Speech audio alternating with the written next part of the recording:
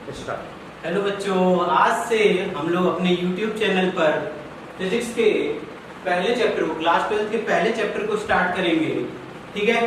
अच्छा, हम लोग जो चैप्टर स्टार्ट करने जा रहे हैं, ठीक है, उसका नाम है इलेक्ट्रोडायनेमिक्स। अब इलेक्ट्रोडायनेमिक्स जो चैप्टर है वो अपने आप में कई चैप्टर कंसिस्ट करता है। इलेक्ट्रोडायनेमिक्स में हमें पढ़ना है पहला चैप्टर इलेक्ट्रोस्टैटिक्स, दूसरा चैप्टर पढ़ना है करंट, ठीक है, तीसरा चैप्टर हमें पढ़ना है magnetism,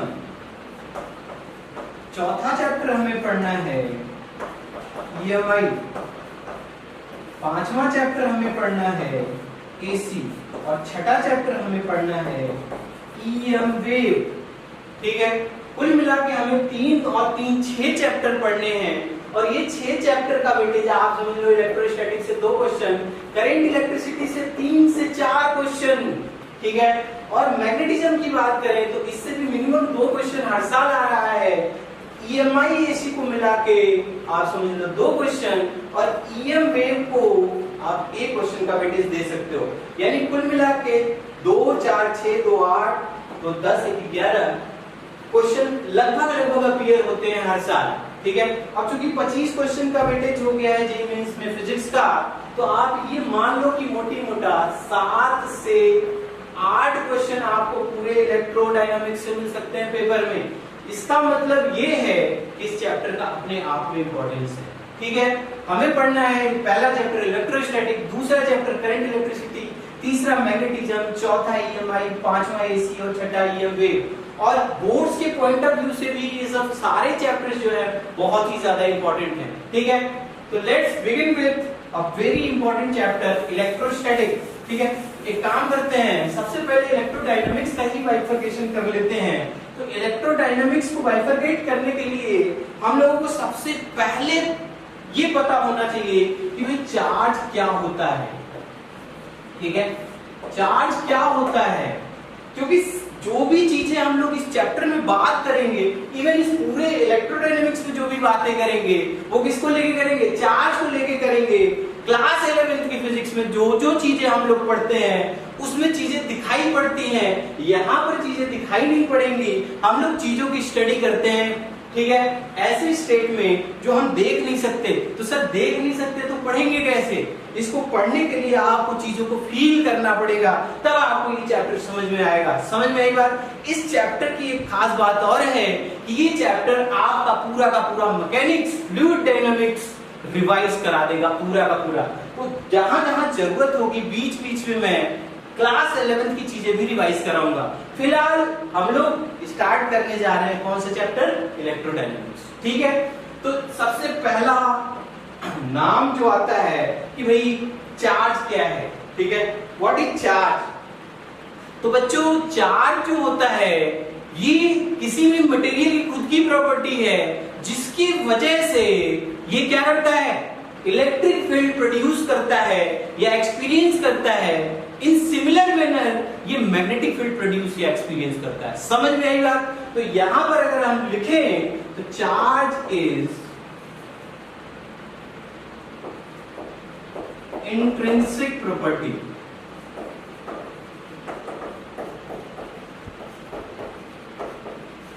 of material due to which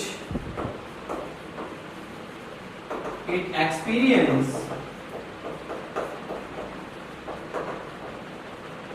or produce electric field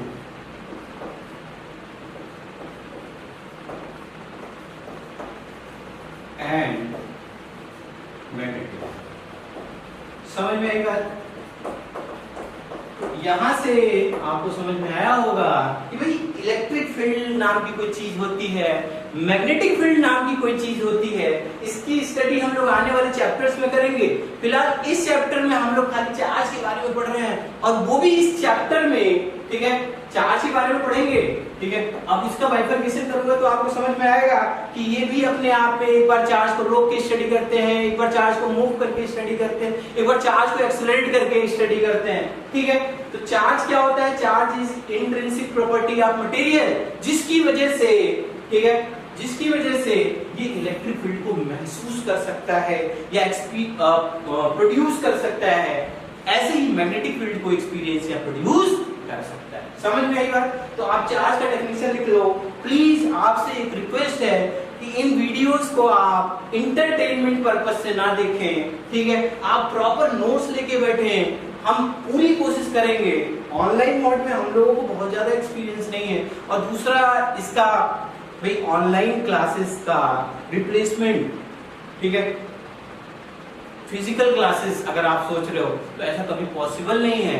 physical classes में जितना पढ़ाया जाता है उतना ऑनलाइन क्लासेस में नहीं पढ़ाया जा सकता, ठीक है। तो इसलिए वीडियोस को मैं बहुत छोटा छोटा रखूंगा, कोशिश करूंगा कि वीडियोस बहुत ज्यादा बड़े ना हो, 20 to 25 मिनट के वीडियो होंगे। आप हर वीडियो को सबसे पहले क्या करेंगे? 20 मिनट देखेंगे, उसके बाद आप अपने आंखों को रिलैक्स करेंगे, पावर नैप देंगे, उसके बाद चीजों को रिवाइज करेंगे, फिर अगले वीडियो पर आएंगे, ठीक है। चलिए, चार्ज के बारे में जान गए कि चार्ज इंट्रिंसिक प्रॉपर्टी होता है किसका? मटेरियल का, जिसकी वजह से ये इलेक्ट्रिक फील्ड और मैग्नेटिक फील्ड प्रोड्यूस करता है। आइए अब बात करें। अब अगर बात करें भाई, ठीक है, चार्ज की बात करें तो चार्ज को तीन तरीके से स्टडी करेंगे, ठीक है। एक बात करेंगे एट रेस्ट, ठीक है। अगर रेस्ट में चार्ज है तो वो प्रोड्यूस करेगा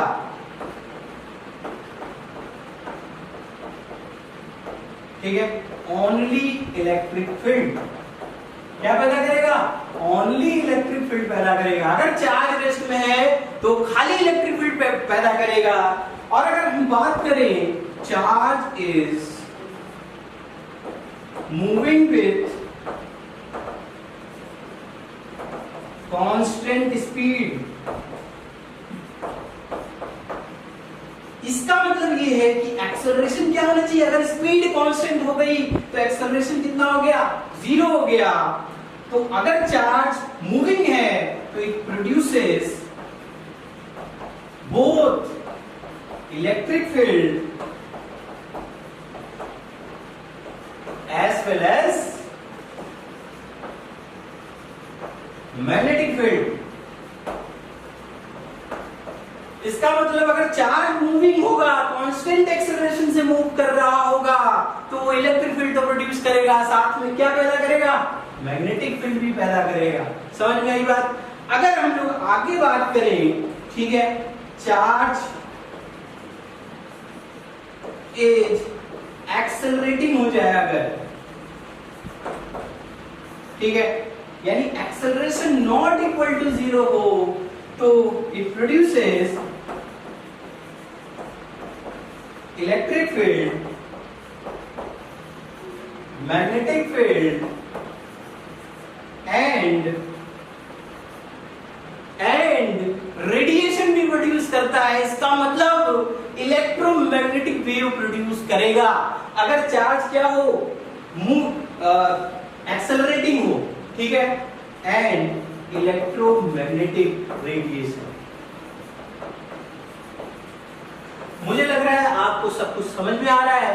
अगर आपको तेज लगे पढ़ाने का तरीका तो आप वीडियो को 2 बार देख लें, और अगर धीमा लगे तो आप इसको इंटू 2 करके देखें, ठीक है। YouTube पर ऑप्शन है, आप इंटू 0.5 करेंगे तो आपको स्पीड धीमी लगेगी, ठीक है। इंटू 2 कर देंगे तो आप जो भी डिजायरेबल स्पीड चाहते हो वो आपको मिलने लगेगा। समझ में आई बात? तो हम लोग बेसिकली क्या पढ़े? चार्ज एट रेस्ट जब पढ़ेंगे तो वो खाली इलेक्ट्रिक फील्ड पैदा करेगा। अगर मूविंग चार्ज होगा लेकिन कांस्टेंट स्पीड से तो वो क्या पैदा करेगा? Magnetic field. इलेक्ट्रिक फील्ड तो पैदा करेगा ही सही, और मैग्नेटिक फील्ड प्रोड्यूस करेगा। अगर एक्सेलरेटिंग चार्ज की बात करूं तो एक्सेलरेटिंग चार्ज क्या क्या प्रोड्यूस करता है? वो इलेक्ट्रिक फील्ड तो प्रोड्यूस करता है, मैग्नेटिक फील्ड तो प्रोड्यूस करता है, साथ में इलेक्ट्रोमैग्नेटिक रेडिएशन या इलेक्ट्रोमैग्नेटिक वेव भी पैदा करेगा। समझ में आई बात? ठीक है, चलिए आगे बढ़ते हैं। तो चार्ज एट रेस्ट का हम लोग इस चैप्टर में स्टडी करने वाले हैं, ठीक है। और इस चैप्टर का नाम होने जा रहा है इलेक्ट्रोस्टैटिक। क्लास 12 फिजिक्स की शुरुआत यहीं से होती है, इससे इलेक्ट्रोस्टैटिक। ऑल्दो ये 40 से 50 लेक्चर लेगा, ठीक है, तो आपको बहुत पेशेंसली इस चैप्टर को पढ़ना है, ठीक है। चैप्टर का नाम क्या है? Electrostatic. Electro stand for charge और static stand for at rest. समझ में आई बात? एक ग्रीक वर्ड होता है इलेक्ट्रिक। क्या होता है? इलेक्ट्रिक। इससे इस वर्ड लिया गया है। इलेक्ट्रिक स्टैंड फॉर, ठीक है, इलेक्ट्रॉन। तो ये ग्रीक वर्ड से लिया गया है वर्ड इलेक्ट्रोस्टैटिक। जब हम लोग बात करते हैं चार्ज एट रेस्ट की, तब हम लोग स्टडी करते हैं किसकी? इलेक्ट्रोस्टैटिक। समझ में आई बात? तो इलेक्ट्रोस्टैटिक में क्या पढ़ेंगे? Charge at rest. और कौन सा चार्ज रेस्ट पे होना चाहिए? सर सारे चार्ज रेस्ट पे होना चाहिए? नहीं, सोर्स चार्ज रेस्ट पे होना चाहिए।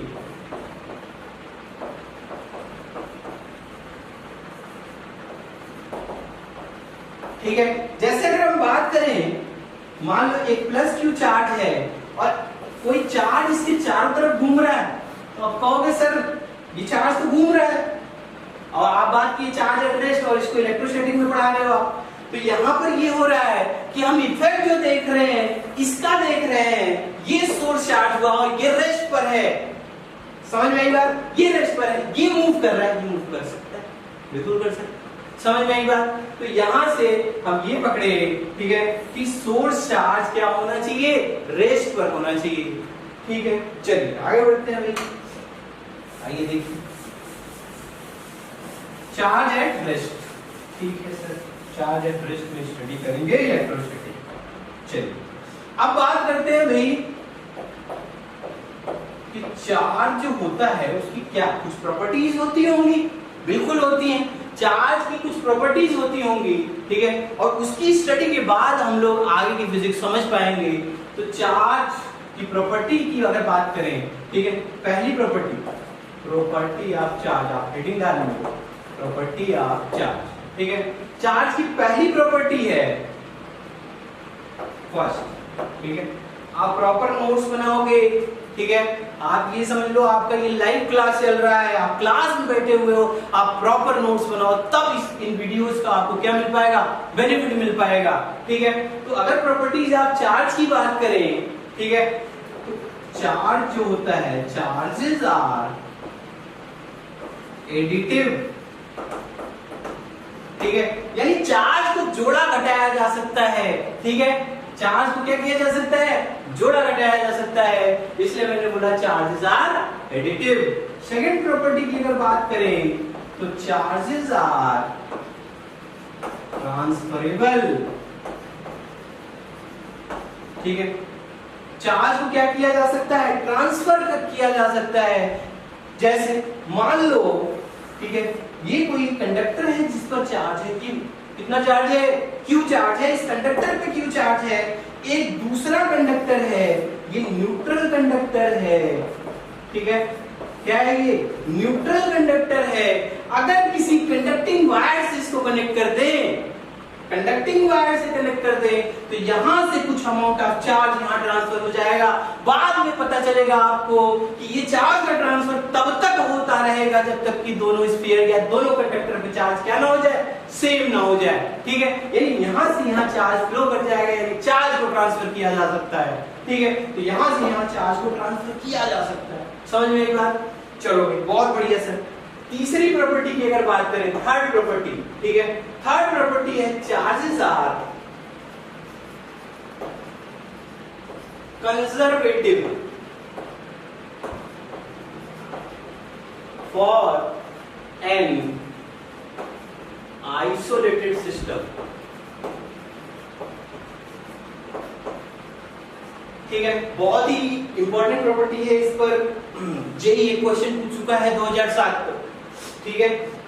Charges are quantized for an isolated system. Isolated system का मतलब होता है उस सिस्टम को छोड़ के दूसरा चार्ज नहीं होना चाहिए उस सिस्टम में, ठीक है। Charges are conservative for an isolated system, ठीक है। जैसे फॉर एग्जांपल आप ऐसे समझो, ठीक है, एक ये कोई कंडक्टर है जिस पर चार्ज Q है, ये दूसरा कंडक्टर है इस पर चार्ज Q है, दोनों को टच कराया गया, दोनों को टच कराया गया और फिर सेपरेट कर दिए। अगर टच कराया गया है तो चार्ज का ट्रांसफर होगा, उस चार्ज के ट्रांसफर की वजह से इस पर मान लो कोई चार्ज Q आ गया या Q प्राइम आ गया, Q1 प्राइम, और इस पर आ गया Q2 प्राइम। मजे की बात ये है कि अगर आप इसको Q1 इसको Q2 कह लो तो Q1 plus Q2 is always equal to Q1 prime plus Q2 prime, ये हमेशा बराबर होगा। समझ में आई बात? यानी किसी आइसोलेटेड सिस्टम के लिए अगर इस सिस्टम को आइसोलेटेड मान लें तो नेट चार्ज हमेशा क्या होगा? कंजर्व होगा। ठीक है भाई, आगे बढ़ते हैं। नोट करते रहें आप चीजों को, जो चीजें आपको अच्छी लगे उससे नोट करते रहें नोटबुक में, ठीक है। अब बात करते हैं इस पर जेई ने क्वेश्चन क्या पूछा, ठीक है। देखो इस पर जेई ने क्वेश्चन पूछा कि मान लो एक ऐसे कंडक्टर है, ठीक है, एक कंडक्टर है जो न्यूट्रल है, न्यूट्रल कंडक्टर। सर ये न्यूट्रल क्यों है भाई? अगर इस न्यूट्रल बॉडी की बात करें तो न्यूट्रल बॉडी में जितने पॉजिटिव चार्ज हैं उतने ही नेगेटिव चार्ज होते हैं, जिसकी वजह से ये क्या हो जाता है? न्यूट्रल हो जाता है। एक न्यूट्रल कंडक्टर ऐसे रखा हुआ है, इसके सामने एक चार्ज रखा हुआ था Q, ठीक है। कितना चार्ज रखा हुआ था? Q चार्ज रखा हुआ था। हमसे जेई ने क्वेश्चन पूछा, ये जेई 2007 का क्वेश्चन है। हमसे क्वेश्चन पूछा गया कि इस स्मॉल Q चार्ज की वजह से इस कंडक्टर पे कितना चार्ज आएगा, ठीक है। ऑप्शंस आपके सामने हैं, पॉजिटिव चार्ज आएगा, सेकंड नेगेटिव चार्ज आएगा, तीसरा कोई चार्ज नहीं आएगा और चौथा कुछ भी कह नहीं सकते हैं कांट से, ठीक है। अब भाई आप सोचिए पहले, ठीक है, हमें कमेंट में कमेंट करके बताइए कि आपने क्या सही जवाब दिया था, ठीक है। कई बच्चे सोच रहे होंगे गुरुजी नेगेटिव चार्ज आएगा, ठीक है, क्या चार्ज आएगा? नेगेटिव चार्ज आएगा। वो बिल्कुल गलत सोच रहे हैं, ठीक है। यहाँ पर ये आइसोलेटेड लिखना मैं भूल गया, ठीक है, आइसोलेटेड न्यूट्रल कंडक्टर है, ठीक है। अब मैंने एक वर्ड लिख दिया, क्या? आइसोलेटेड, ठीक है। अच्छा, अब इस सिस्टम पर नेट चार्ज कितना था? 0 था। तो इस चार्ज को रखने पर भी नेट चार्ज कितना आना चाहिए? 0 आना चाहिए। और अगर नेट चार्ज 0 है तो इसका करेक्ट ऑप्शन क्या है? सी ऑप्शन इसका करेक्ट ऑप्शन है।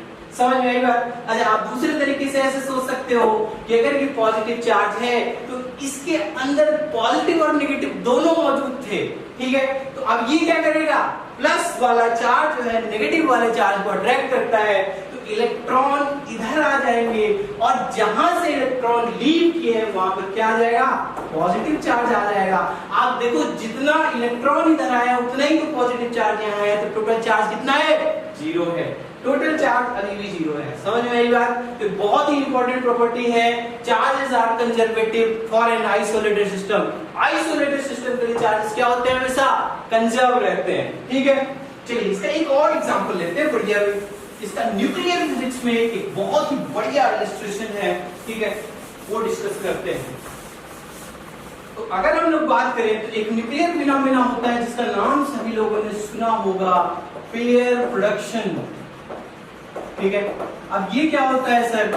तो पेयर प्रोडक्शन ऐसा प्रोसेस है जिसमें न्यूक्लियस से जब, ठीक है, न्यूक्लियस से जब गामा फोटॉन टकराते हैं तो 2 तरह के चार्जेस प्रोड्यूस होते हैं, ठीक है। ऐसा कुछ सपोज करो ये न्यूक्लियस है, न्यूक्लियस से कोई गामा फोटॉन जाके टकराया, ठीक है, गामा रेज जाके टकराया, इसकी कुछ एनर्जी होगी, एनर्जेटिक गामा रेज जब इससे टकराएगा तो यहाँ पर पेयर में प्रोड्यूस होता है क्या क्या? पॉजिट्रॉन और इलेक्ट्रॉन, ठीक है। तो ये पॉजिट्रॉन पैदा होता है जिसको प्लस ही कहते हैं, ठीक है, प्लस ही कहते हैं। ये क्या है?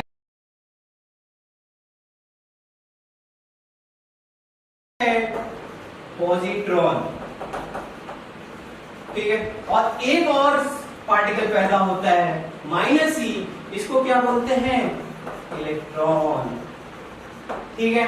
अगर आप बहुत ध्यान से देखोगे तो क्या हो रहा है यहां पर? अगर इनिशियल चार्ज की बात करूं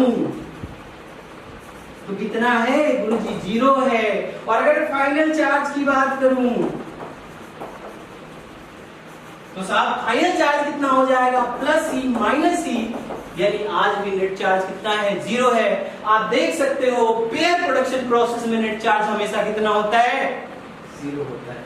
ठीक है, समझ में एक बात सर, लेकिन पेयर प्रोडक्शन होता क्या है, तो पेयर प्रोडक्शन का भी डेफिनेशन लिख लेते हैं। ठीक है, it is the process in which, प्यारे बच्चों आप देख सकते हो एनर्जी किसमें कन्वर्ट हो रही है, मास में कन्वर्ट हो रही है। इसका भी कुछ मास होगा और इसका भी कुछ मास होगा, इसका मतलब it is the process in which energy converted into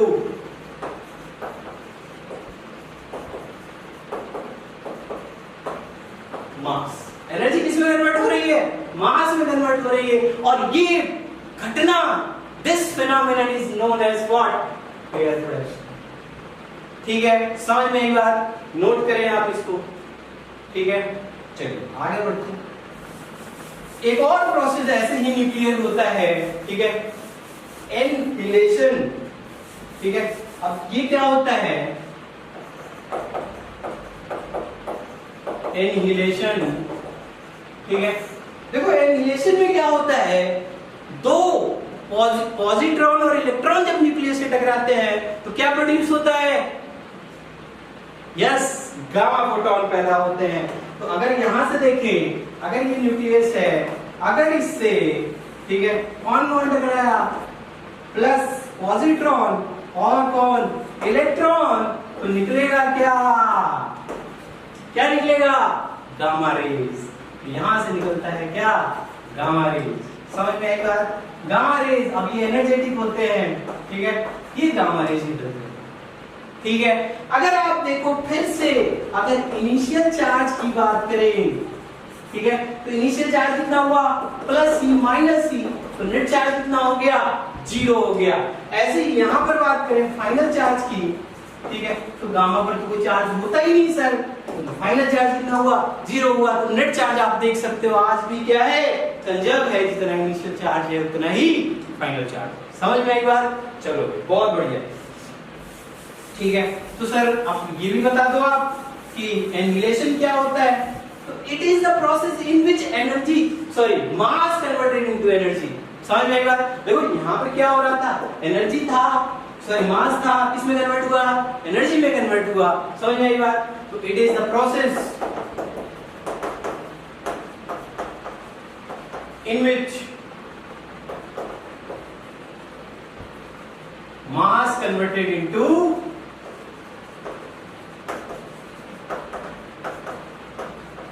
energy. Mass किसमें कन्वर्ट होगा, एनर्जी में कन्वर्ट होगा। ठीक है, अच्छा अब मजेदार बात ये है कि अगर हम बात करें इन पेयर प्रोडक्शन,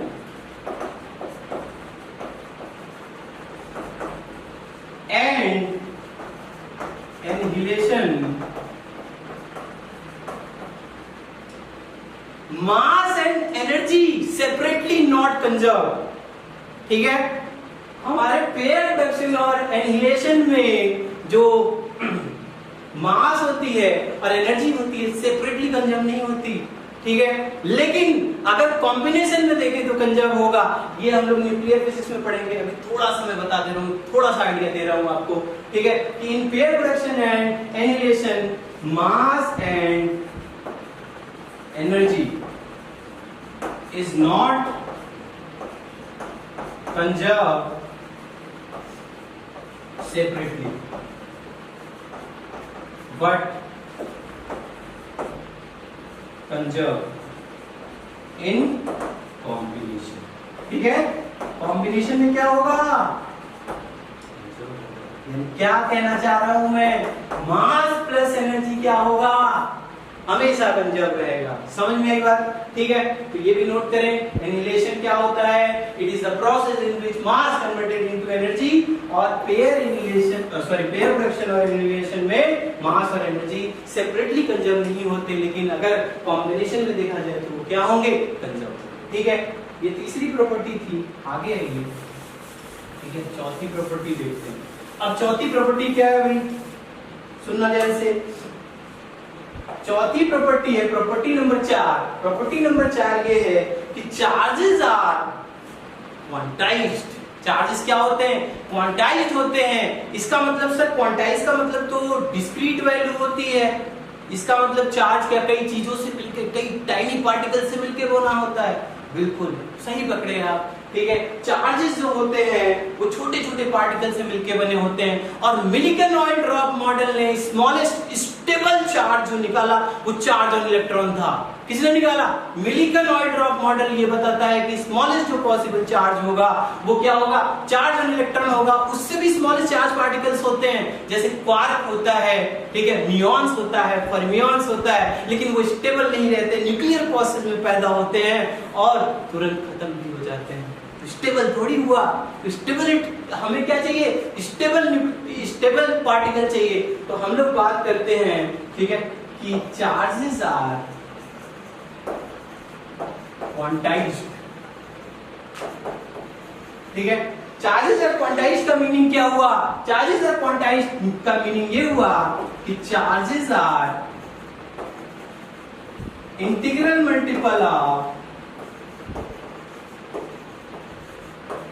हाँ भाई, किसका इंटीग्रल मल्टीपल होना चाहिए?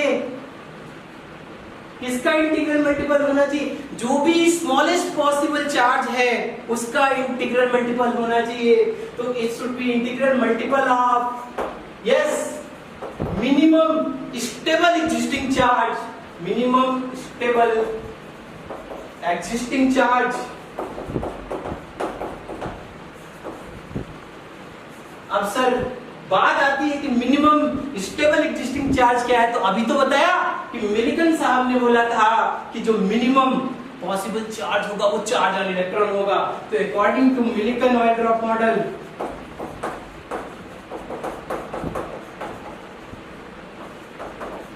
अभी अपन लास्ट में इसको भी पढ़ेंगे, what is Millikan oil drop model, ठीक है।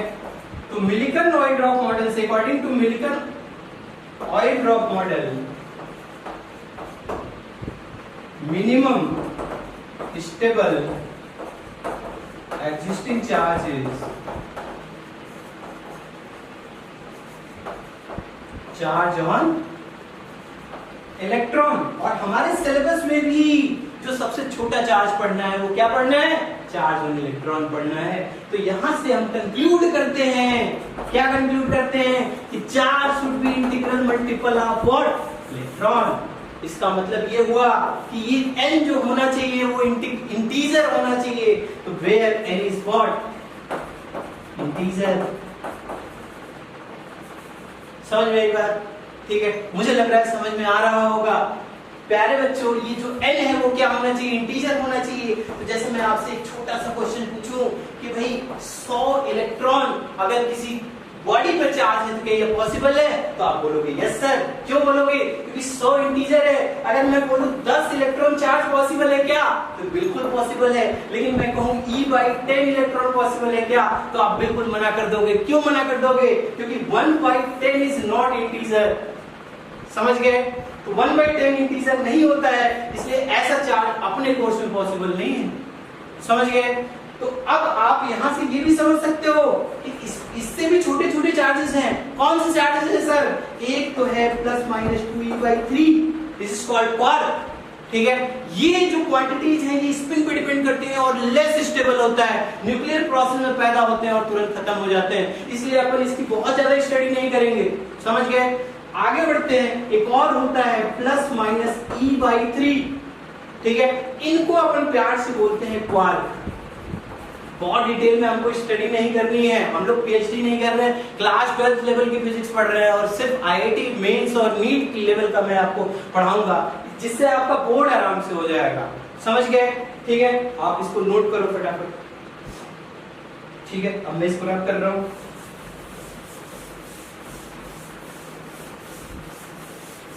ठीक है, अब देखो यहां पर समझ रहे हैं तो एक चीज और समझ लेते हैं। जो प्रोटॉन है, प्रोटॉन कैसे बनता है?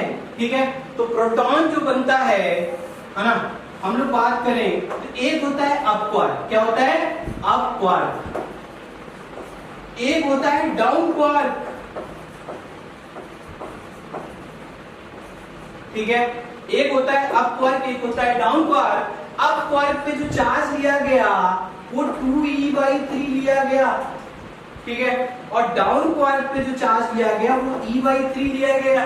तो अगर हम लोग बात करें कि भाई UUD की बात करें, ठीक है, अप क्वार्क डाउन क्वार्क, तो ये तीनों मिलके क्या बनाएंगे, प्रोटॉन बनाएंगे। देखो कैसे, 2e/3, ठीक है, प्लस 2e/3 और माइनस e/3। अगर इन तीनों को कॉम्बिनेशन में यूज करें तो ये आ जाएगा 3e/3, यानी E यानी प्लस E आ गया। तो ये तो प्रोटॉन का हम लोग देख लिए। उसी तरीके से देखिए न्यूट्रॉन का देख सकते हैं, ठीक है।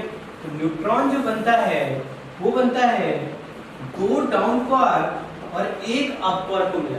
कैसे बनता है, 2 डाउन क्वार्क और 1 अप क्वार्क को मिला के। डाउन क्वार्क क्या था, -e/3 और 1 अप क्वार्क 2e/3। तो टोटल कितना हो गया प्यारे बच्चों, 0 हो गया। न्यूट्रॉन में टोटल चार्ज कितना होता है, 0। यानी न्यूट्रॉन के लिए जो पॉसिबल कॉम्बिनेशन होगा वो क्या होगा, 2 डाउन क्वार्क और 1 अप क्वार्क मिलके क्या बना लेगा, न्यूट्रॉन बना लेगा। एनसीईआरटी एग्जाम्पलर में एक बहुत ही प्यारा क्वेश्चन पूछा गया है, वो उसी का मैंने सलूशन दिया है कि प्रोटॉन और न्यूट्रॉन के लिए पॉसिबल सजेशंस क्या होंगे अप क्वार्क और डाउन क्वार्क का। तो अप क्वार्क का जो प्रोटॉन के लिए जो पॉसिबल कॉम्बिनेशन होगा वो हमने देखा UUD होता है, और न्यूट्रॉन के लिए पॉसिबल कॉम्बिनेशन क्या होगा, DDU, यानी डाउन क्वार्क अप क्वार्क मिलके क्या बनाएगा, न्यूट्रॉन। और 2 अप क्वार्क 1 डाउन क्वार्क मिलके क्या बनाएगा, 2 अप क्वार्क और 1 डाउन क्वार्क, प्रोटॉन। समझ में आई बात। चलिए आगे बढ़ते हैं नेक्स्ट प्रॉपर्टी की तरफ, that is property number 5। Property number 5 प्यारे बच्चों ये कहता है कि charges are independent on frame of reference, ठीक है, यानी चार्ज जो होता है फ्रेम ऑफ रेफरेंस पे, magnitude of charge frame of reference पे डिपेंड नहीं करता। मैं ये कहना चाह रहा हूं कि चार्जेस आर रिलेटिविस्टिकली इनवेरिएंट, ठीक है, that is magnitude of charge is independent of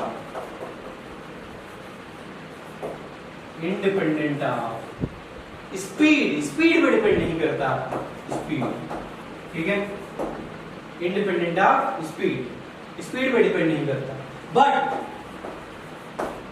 but charge density और मास जो है वो स्पीड के साथ वेरी करता है। अगर वेलोसिटी बढ़ा दें या स्पीड बढ़ा दें तो मैग्नीट्यूड ऑफ चार्ज और मास और चार्ज डेंसिटी क्या होता है, बढ़ जाता है। तो यहां लिख सकते हैं but charge density and mass increases with speed, increase in speed. समझ में आई बात, ठीक है, फटाफट नोट करो। Charges are relativistically invariant, the magnitude of charge is independent of what, speed, ठीक है, यानी चार्ज जो होता है फ्रेम पे डिपेंड नहीं करता। अगर अगली बात करें तो but charge density and mass increases with speed, ठीक है। आप ऐसे समझ सकते हो कि इलेक्ट्रोस्टैटिक चैप्टर में थ्योरी ऑफ रिलेटिविटी एप्लीकेबल नहीं होगा, ठीक है। यहां से अगर आप कंफ्यूज करना चाहते हो तो भैया m = m0 अपॉन √1 - v²/c²। अगर v को क्या करें, इंक्रीज करें तो m, ये पूरी क्वांटिटी क्या हो जाएगी, 1 - v²/c² डिक्रीज कर जाएगा। और अगर ये डिक्रीज कर गया तो m अपॉन ये क्वांटिटी डिक्रीज कर रहा है तो टोटल जो मास होगा वो इंक्रीज कर जाएगा। समझ में आई बात। तो मास क्या कर गया, इंक्रीज कर गया। चार्ज डेंसिटी भी ऐसे ही क्या होती है, इंक्रीज कर जाती है। कब इंक्रीज कर जाती है, जब स्पीड को क्या कर दे, इंक्रीज कर दे। समझ गए, चलो बहुत बढ़िया सर, समझ गए। इसी तरीके से छोटा सा टर्म और डिफाइन होता है, ठीक है, स्पेसिफिक चार्ज, ठीक है। अगला टर्म है स्पेसिफिक चार्ज, ठीक है। अब सर ये क्या होता है स्पेसिफिक चार्ज, ठीक है। तो जे थॉमसन साहब ने, आपको याद आ रहा होगा, एटॉमिक स्ट्रक्चर में आप पढ़ रखे होंगे, E/m के रेशियो को स्पेसिफिक चार्ज कहते हैं। जी हाँ, तो यहाँ पर भी स्पेसिफिक चार्ज का जो डेफिनेशन होगा वो होगा charge to mass ratio is called what? Specific charge. It is ratio of Q to M, यानी Q/m को बोलते हैं स्पेसिफिक चार्ज। अब मैं अगर आपसे पूछूं, अगर किसी बॉडी को स्पीड दे दें तो उसका स्पेसिफिक चार्ज बढ़ेगा, घटेगा या सेम रहेगा? क्वेश्चन और ध्यान से सुनिए, मैंने क्या पूछा, अगर किसी चार्ज को स्पेसिफिक चार्ज को स्पीड दे दें तो उसका मैग्नीट्यूड, स्पेसिफिक चार्ज का मैग्नीट्यूड बढ़ेगा, घटेगा या सेम रहेगा? ठीक है। तो अगर स्पेसिफिक चार्ज को रिलेटिविस्टिक कर दें, स्पेसिफिक चार्ज को क्या करेंगे? रिलेटिविस्टिक करेंगे, यानी मूव कर देंगे, तो उसका स्पेसिफिक चार्ज क्या होगा? क्या होगा? उसका स्पेसिफिक चार्ज होगा वो घट जाएगा। क्यों घट जाएगा? If specific charge is relativistic. समझ रहे हो आप रिलेटिविस्टिक का मतलब? रिलेटिविस्टिक का मतलब होता है अगर मूव करने लग जाए, तो अगर स्पेसिफिक चार्ज इज रिलेटिविस्टिक तो m क्या हो जाएगा? m तो सर बढ़ जाएगा, और अगर m बढ़ गया तो Q/m रेशियो क्या हो जाएगा? घट जाएगा, यानी स्पेसिफिक चार्ज का मैग्नीट्यूड क्या हो जाएगा? घट जाएगा। यानी कोई चार्ज अगर स्पेसिफिक चार्ज क्या हो जाए? रिलेटिविस्टिक हो जाए, तो उसका स्पेसिफिक चार्ज में से क्या होता है? घट जाता है। समझ में आई बात? तो ये थी छोटा सा डेफिनेशन था पहले। ठीक है, चलो आगे बढ़ते हैं और बात करते हैं। ठीक है, तो अगर बात करें तो अगली प्रॉपर्टी ये कहती है कि अगर किसी बॉडी के पास चार्ज है तो 100% उसके पास क्या होगा? मास होगा। क्या होगा? उसके पास मास होगा। यानी if any body consist of charge, then it must have mass, but vice versa is not true. ठीक है, इसका अपोजिट ट्रू नहीं है। इसका मतलब क्या है? इसका मतलब ये है कि न्यूट्रल बॉडी के पास तो मास होता है लेकिन चार्ज नहीं होता। समझ गए? अगर किसी बॉडी के ऊपर चार्ज है तो उसके ऊपर क्या होगा? जरूर मास होगा, लेकिन अगर किसी बॉडी के पास मास है तो जरूर नहीं उस पर चार्ज हो। जैसे अपन बात करें न्यूट्रल बॉडीज की, तो उसके पास चार्ज थोड़ी होता है लेकिन उसके पास मास होता है। ठीक है, चलो ये भी एक इंपॉर्टेंट प्रॉपर्टी था। आगे बढ़ते हैं। आगे बढ़े तो चार्ज का यूनिट वगैरह देख लेते हैं। ठीक है, तो रिप्रेजेंटेड बाय, चार्ज को रिप्रेजेंट करने का तरीका है कि आप इसको किससे रिप्रेजेंट करो? Q से रिप्रेजेंट करो।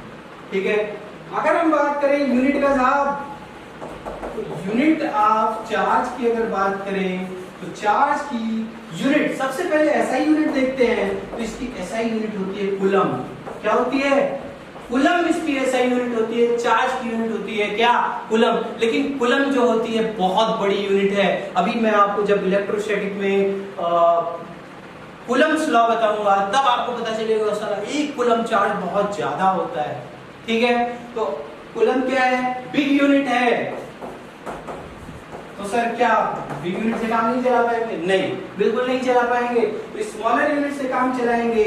तो हम 1 मिली कूलम की बात करेंगे, हम 1 माइक्रो कूलम की बात करेंगे, हम 1 पिको कूलम की बात करेंगे। 1 मिली कूलम में होता है 10⁻³ कूलम, 1 माइक्रो कूलम में 10⁻⁶ कूलम, 1 पिको कूलम में 10⁻12 कूलम, और 1 नैनो कूलम में 10⁻⁹ कूलम होता है।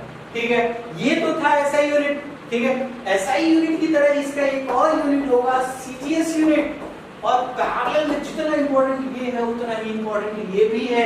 अगर सीजीएस यूनिट की बात करें तो इसका सीजीएस यूनिट होता है क्या? ESU, electrostat unit. ठीक है, और ईएमयू, इलेक्ट्रोमैग्नेटिक यूनिट। 2 यूनिट होता है। एक होता है क्या? इलेक्ट्रोस्टैटिक यूनिट और एक होता है क्या इलेक्ट्रोमैग्नेटिक यूनिट। और एक कूलम में होता है 3 × 10⁹ ES2। जी हाँ, इसको याद रखना बहुत आसान है। कैसे? लाइट की स्पीड आपको पता है 3 × 10⁸। आप एक और बढ़ा लो, एक और बढ़ाते ही आपको पता लग जाएगा एक कूलम चार्ज किसके बराबर होता है 3 × 10⁹ इलेक्ट्रोस्टैटिक यूनिट। ठीक है, इसको आप स्टैंड कर सकते हो इलेक्ट्रोस्टैटिक यूनिट। ठीक है, इसको बोलते हैं इलेक्ट्रोमैग्नेटिक यूनिट।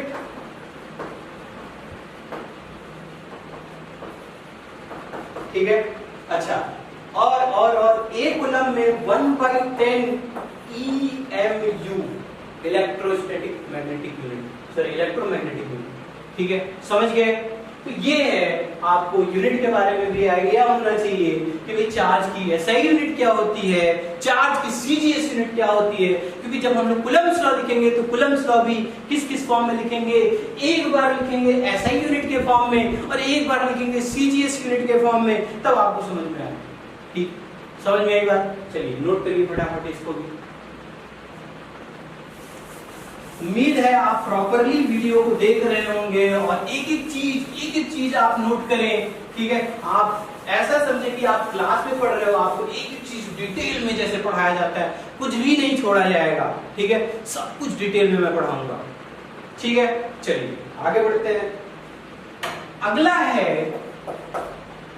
चार्ज। तो होता है वो दो टाइप का होता है। ठीक है, एक पॉजिटिव और एक नेगेटिव। ठीक है, charges, charge having two type.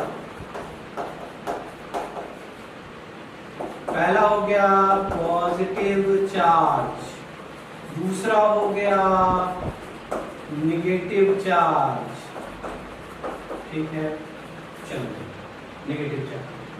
अब मेरी बात समझो, अगर कोई पॉजिटिव चार्ज है, क्या है पॉजिटिव चार्ज, तो ये आपको क्या दिखना चाहिए, ये आपको दिखना चाहिए लड़का। क्या दिखना चाहिए? लड़का। और अगर कोई नेगेटिव चार्ज है तो ये आपको दिखनी चाहिए लड़की। ठीक है, आपको मैं इंटरेस्टिंग वे में बताऊंगा कि कैसे आप, ठीक है, फोर्सेस को स्टडी जब करेंगे तो ये बहुत इंटरेस्टिंगली हम लोग क्या कर सकते हैं, समझ सकते हैं। ठीक है, अब लड़का लड़का में क्या होगा? रिपल्सन। क्या होगा? रिपल्सन। यानी यहां से एक पॉइंट और लिख सकते हैं, like charges. What? Like charges repel each other.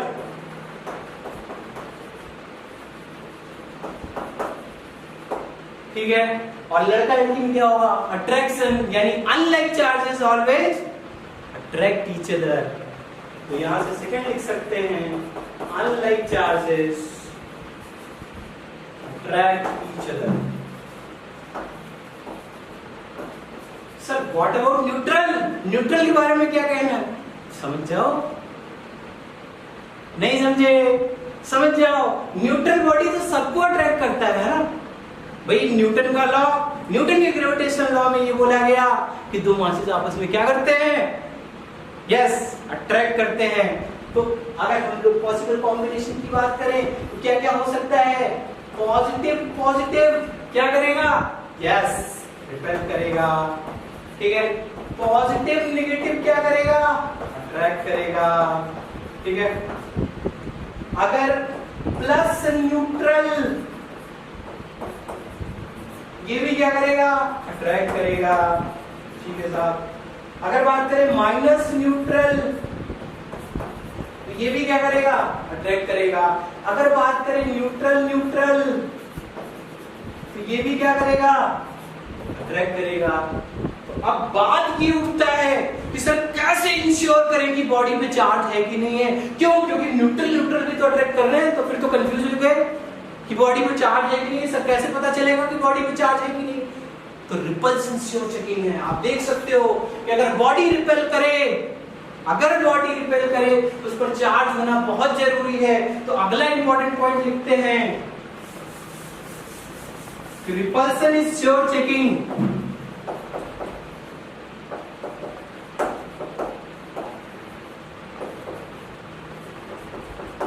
That body have charge. समझ गए? रिपल्सन श्योर चेकिंग है बॉडी में चार्ज है कि नहीं, ठीक है। अब मैं यहीं पर इस लेक्चर को खत्म कर रहा हूं, ठीक है।